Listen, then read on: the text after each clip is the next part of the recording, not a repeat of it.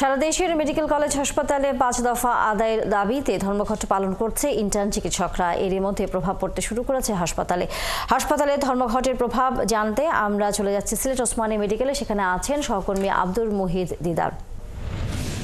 ধর্মঘটের সর্বশেষ খবর জানাবেন।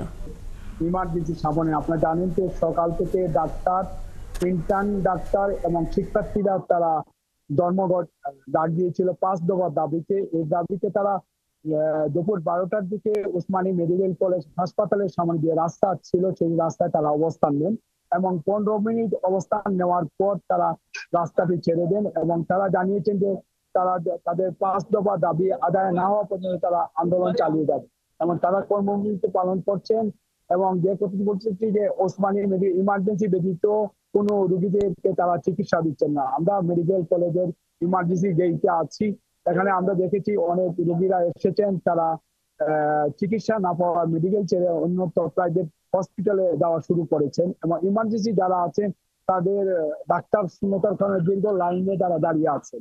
তারা যে ৫টি দাবি, তারা হচ্ছে এমবিবিএস এবং ডিবিএস ব্যতীত কাউকে ডাক্তার লিখতে দেবেন না এবং তার আরেকটি কথা জানিয়েছেন যে ডাক্তারদের যে বিসিএস বয়স ৩৪ বছর করার জন্য জানিয়েছেন এবং তাদের দাবির মধ্যে আরেকটি দাবি হচ্ছে, এই ছিল আমার কাছে সর্বশেষ সংবাদ এবং আমরা ওসমানী মেডিকেল কলেজ হাসপাতালের সামনে আছি এখনো এবং আমরা দেখতে পাচ্ছি যে অনেক।